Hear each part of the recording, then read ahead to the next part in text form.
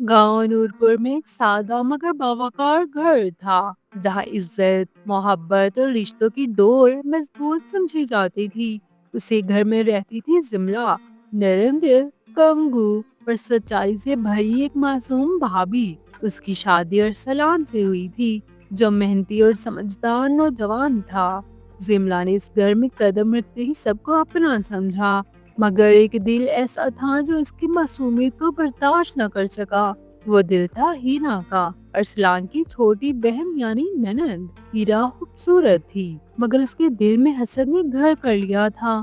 उसे लगता था जिमला के आने के बाद घर की तवज्जो उससे छीन गई है। माँ की मुस्कुराहट, भाई की फिक्र, हत्ता कि घर की रौनक, सब कुछ जिमला के नाम हो गया।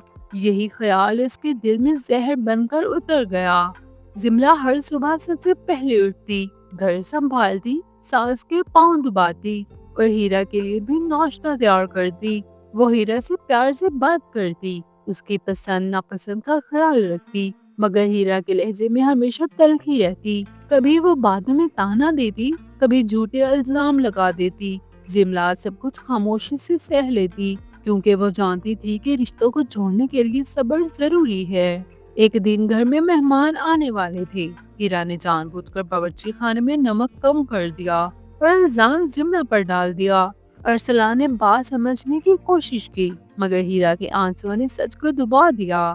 जिमला ने कुछ ना कहा, बस मुस्कुराकर खामोश रही। उसी रात उसने अल्लाह से सिर्फ एक दुआ की, या अल्लाह मेरे सब्र को जाया न होने देना। वक्त गुजरता गया, हीरा की हसरत की आग बढ़ती गई। उसने जिमला के खिलाफ अफवाहें फैलाई कि वो घर को तोड़ना चाहती है, मगर जिमला ने कभी बदला न लिया। उसने मोहब्बत, खिदमत और खामोशी को अपना हथियार बनाया। एक दिन जिमला शदीद बीमार पड़ गई। बुखार और कमजोरी ने उसे बिस्तर से लगा दिया।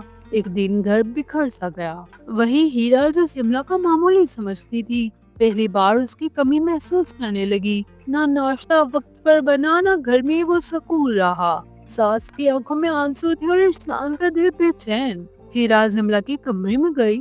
जिमला कमजोर आवाज में भी मुस्कुरा रही थी। हीरा का दिल पिस गया।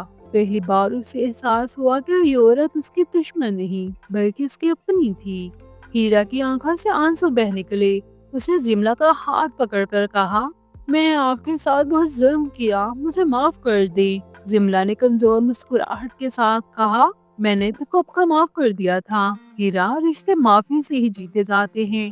उस दिन हीरा की जिंदगी बदल गई। हसद की जगह नेदामत ने ले ली। जिमला से हियाब हुई तो घर में एक नई रोशनी आ चुकी थी। हीरा अब उसकी हिफाजत करने लगी, उसके साथ खड़ी रहती और सबके सामने उसकी इज्जत करती।